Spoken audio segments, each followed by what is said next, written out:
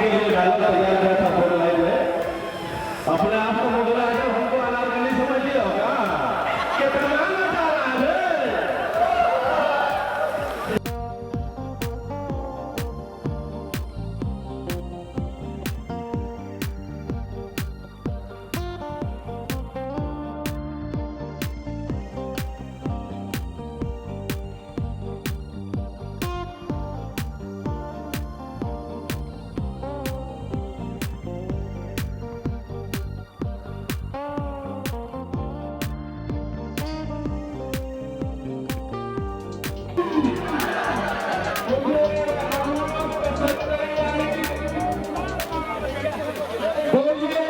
ये मिट्टी की सुगंध जो है, मैं वो कभी उसे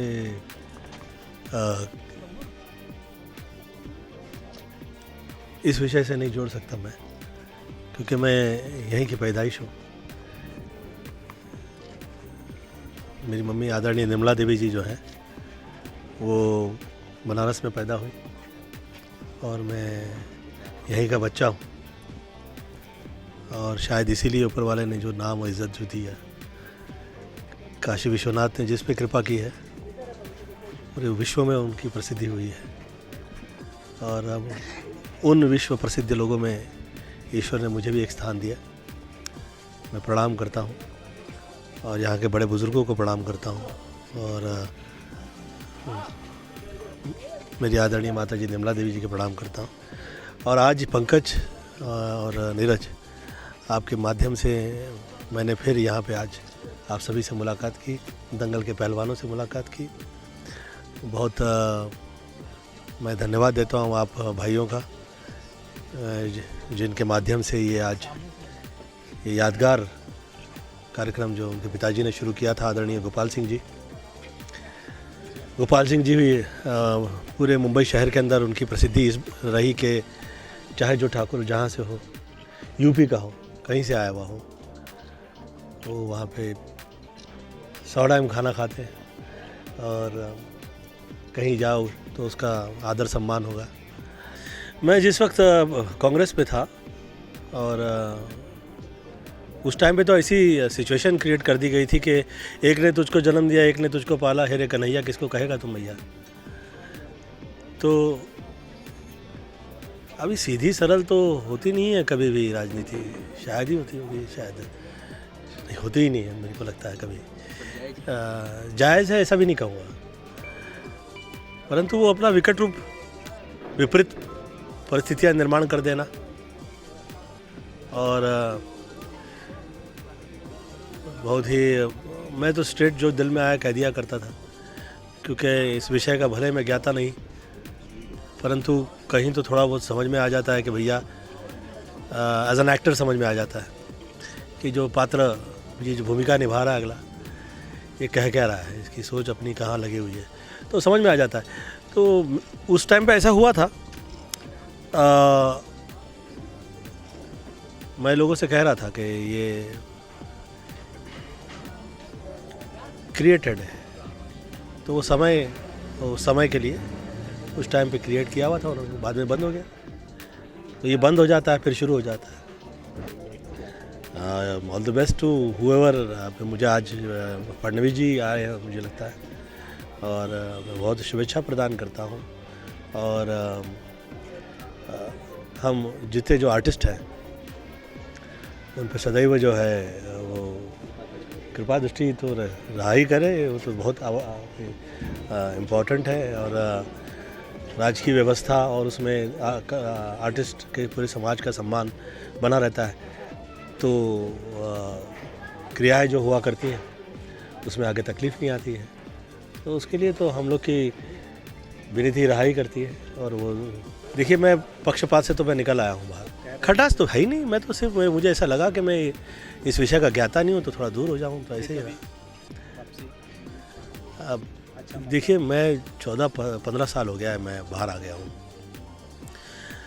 मैं पीछा छोड़ चुका हूँ, फिर भी वो मेरा पीछा छोड़ नहीं रही है। तो कौन लगे समय से बढ़कर कुछ भी नहीं है। और किसी एक विशेष व्यक्ति की तरफ ध्यान देके आप ईश्वर का अपमान करते हैं, क्योंकि देता जो है भाग्य जो है वो भगवान ही दे सकता है, किसी की औकात नहीं है।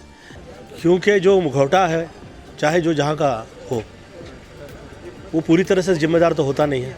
एक व्यवस्था उसके पीछे होती है, जो व्यवस्था अपनी तरफ से सोच आगे रखती है और फिर समय प्रदान करती है। इसका सामंजस्य हो जाए तो आगे तकलीफ नहीं आएगी, परंतु व्यवस्था और जो मुखौटा है ये इसमें कहीं सामंजस्य जो है, तालमेल की जो आवश्यकता रहा करती है, तो उसमें कभी कभी अच्छे मुखौटे जो होते हैं, अच्छे चरित्र जो होते हैं, वो भी आगे नहीं आ पाते हैं। इन सब चीज़ों पे विचार होना चाहिए, फिर उसके बाद ही प्रतिक्रिया देनी चाहिए। अगर मुझे आप देखें तो मुझे बहुत सारे लोग कहते थे कि फिल्म लाइन में ऐसा कैसे काम कर देता है, 49 फिल्में कैसे कर रहा है, क्योंकि वो लोग, मेरा उससे विषय नहीं होता था कि वो क्या सोच लेके आया है, मैं अपनी सोच लेके चलता था। और बहुत ज़्यादा मैं कहता हूँ कि कहा करता हूँ कि रिएक्टर हो जाएगा तो फिर आदमी एक्टर नहीं रहेगा। फिर ऐसे पब्लिक जो है वो जनता जनार्दन है, ईश्वरीय रूप के अंदर पब्लिक की तरफ देखा जाता है कि आखिर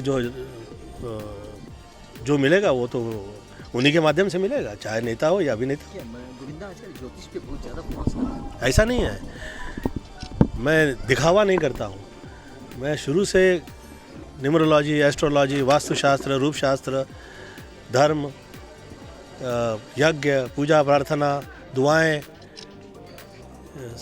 जितनी भी चीज़ें हैं वो मैं वर्षानुवर्ष करता आया हूँ। और उसकी वजह, मम्मी साधु थी तो गिरवा धारण कर लिया था उन्होंने, तो वो रही है। और बहुत सारे लोग मैंने देखा है कि वो ऐसा कहा करते हैं कि गोविंदा बहुत ज़्यादा ये करता है, वो करता है। और मैं उन्हें पूछूं कि भैया हाथ में इतनी अंगूठी की पहन रखी है और हर जगह पे भाग दौड़ के मंदिर जा के यज्ञ करवाते हो, अभी तो चैनल चल पड़े हैं कितने, ये कहाँ से आ गए? ये सभी थोड़ी ना आडंबर कर रहे हैं, सभी थोड़ी ना धोखेबाज हैं। और किसी की अपनी उसकी सोच है, पूजा प्रार्थना करता है, उसके दिल में अच्छा लगता है, लगने तो जब आपके दारू शराब बदमाशी किसी पे चर्चा नहीं कर रहा है कोई अगला, तो उसकी पूजा पाठ पे भी नहीं करो यार भैया। यहाँ तो सब माँ ही माँ है, इस पे भी चर्चा नहीं होगी, फिर वो लोग कहेंगे कि चर्चा वैसा करने लगे। दिख रहा है ना, इस वजह से जब से आप आए तब से मैं सोचा बहुत ज़्यादा लोग हैं ना, ऐसे खड़ा था, ये कह रहा था, तो वहाँ पंडित आ गया तो पूजा प्रार्थना शुरू हो गई, पता नहीं क्या क्या क्या क्या क्या लोग कहते रहते हैं। मुझे ऐसा लगता है कि एक सब्जेक्ट है जिसको हम कहते हैं कि